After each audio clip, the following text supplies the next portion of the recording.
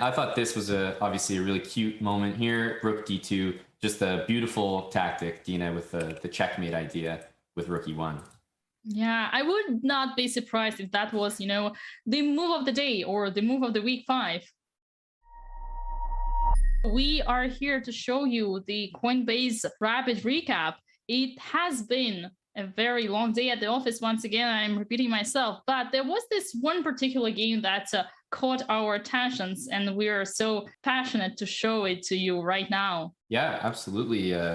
Dina, this is the Coinbase rapid recap, and honestly, I just can't think of a better game than the one we just watched. It was back and forth. Hikaru, he started the opening here and basically took all his pawns. You know what? I'll actually flip the board so we can, appreciate it from his perspective here. He did what I think everyone dreams to do, which is, hey, I'm just gonna, blatantly shove every single kingside pawn I have at you, and it's gonna work. And just watching like a really strong player do that reminds you that it's still possible, guys. You can still play this kind of crazy chess. So, Dina, I mean, when you saw all the pawns forward like this, I think this is a pretty visual moment when you saw the move f5 that, if this is good for black, it looks like it's going to be a pretty fun game. Oh yeah. And once again, this was such an exciting thing that we just learned on the interview when speaking to Hikaru in person. He was actually willing to let everything be decided in the rapid game. And Aman, this is very impressive, and this is what we see here right now on the board with these 4 pawns aligned. Yeah, definitely. He was playing to win here. You could tell. And as the game progressed, it was also a really long game as well. So he started with full pressure on the king side. Levon defended really well. And this game was basically like Hikaru full sending, if you will. And Levon just coming up with resourceful defense and counterattacks, every step of the way. So you really felt like as this game went on, if someone was going to win, they would definitely earn it by the end of the day. Oh yeah, that's very precise. There were some ups and downs here and there, and Hikaru managed to control the situation up till the end. And even though, right, there might have been the draw in the end of the game, but it wasn't so easy on the practical level. Definitely not. I think one of the things that was so visual about this game, why I thought it was so instructive, is Hikaru kind of found this square right in the middle of the board. Instead of castling in either direction, and instead of leaving the king on an open e file, actually slides the king to d8, where it's way out of any knight checks, and it covers the c7 pawn, and it's also on a completely closed file. So you didn't castle neither here nor there. However, his king for most of this game, kind of surprising, but it was more safe than Levon's king.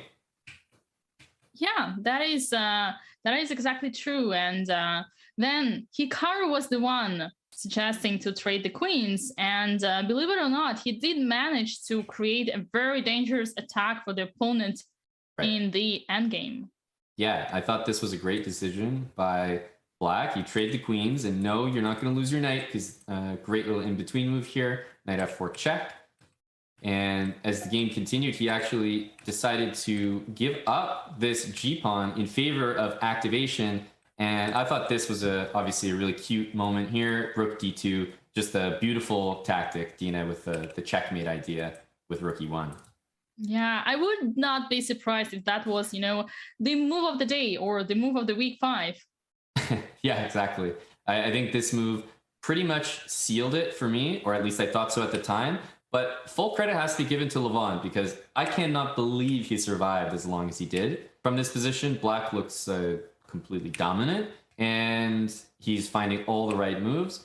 And as soon as h5 was played, yeah, there are some moves to try here, but honestly, nothing is guaranteed. And after knight b2, I think Hikaru went for what he thought was the simplest, which was trade and then get rid of his h-pawn, because white is starting to get some winning chances, Dina. It almost looked like it might turn around. Oh, yeah. And once again, this is the precise critical situation, critical point when Hikaru had the chance to use his minutes or to continue putting the pressure. And I was really, really pleased by the answer that Hikaru provided us, simply saying that in the previous match, Levon was making so many mistakes when being down to 10 seconds on the clock, and Hikaru just remembered that and used it in his favor, and it worked. Yeah. There was some ideas with Rook A1 here, but like I said, 20 seconds for Levon. I think Hikaru took the practical approach, which was get rid of the danger, which is that pawn over there. And even though the position ended up like this, Black has an advantage. However, I mentioned that White would be trying to sack, let's say, both knights for both pawns. If you can take all the pawns off the board, you have a real shot at a draw. Hikaru seemed to say in the interview that it was basically a draw. So that could be because he's just already aware, and that super GM brain that this pawn you can't win with based on where it's placed. So it could be that he already knew that if that happened, it was a draw. But we've seen him win that position before. So I definitely thought it was still possible. And it really came down to this last moment, Dina, where I think there was just a hope and a prayer if the move King E4 was played. Yeah, and the most natural move as well. But well, it will all be a history now. And what can I add? Perhaps that super GM brain, as you call it, something tells me it's just a professional chess player having analyzed his previous game and having made some conclusions out of what the computer would say, and he remembered that. I just think it's the matter of the key of the square on which the pawn is. This is just decisive. Could be so F3 draw or F3 win, F4 draw, and something like this. Knowing those things is definitely what separates, the some grandmasters from the elite ones, because I have no idea about any of that stuff, and it sounded like he had it all worked out. And King C4, that was the end of the game. I mean, Levon basically went down on time here, but you wish that you could play this move and then play knight takes C3.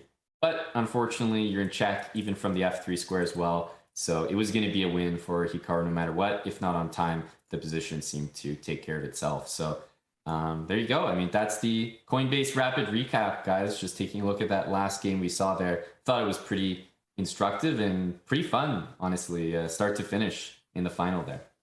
Oh yeah, and looking once again at the tournament situation here, we've got Hikaru riding through all those guys, MVL first, then Fabiano, and then Aronian. Aman, it seems to me like a very nice collection of wins, right?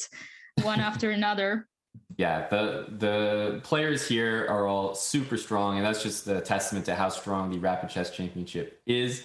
As we also can take a look at those standings, the leaderboard, and you'll get a good idea. Just look at those point totals and look at those 4 American flags right up the top there, Dina.